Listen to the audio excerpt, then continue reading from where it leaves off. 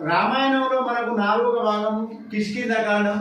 ఈ కిష్కింధకాండంలో హనుమంతుడు సుగ్రీవుడు శ్రీరాముడికి పరిచయం అవుతారు అన్నమాట. అప్పుడు శ్రీరాముడు సుగ్రీవుడు ఇద్దరు అగ్నిసాక్షిగా మిత్రులు అయిపోయిన తర్వాత సీత జాడ కోసము అడుగుతున్నటువంటి సమయంలో సుగ్రీవుడు శ్రీరాముతో ఈ విధంగా చెప్తాడు అనమాట. నేను నా నలుగురు మంత్రులతో ఒక కొండ మీద ఒక పర్వతం మీద కూర్చున్నప్పుడు ఒక రాక్షసుడు ఒక స్త్రీని తీసుకుపోతున్నటువంటి సమయంలో మేము అక్కడ చూశాము.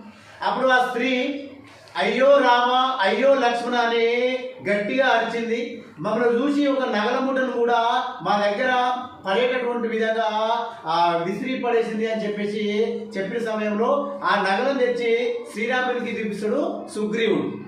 అప్పుడు అవి నా భార్యవేనని సీతవేనని శ్రీరాముడు ఎంతో దుఃఖిస్తాడు. ఆ దుఃఖించినటువంటి సమయంలో సుగ్రీవుడు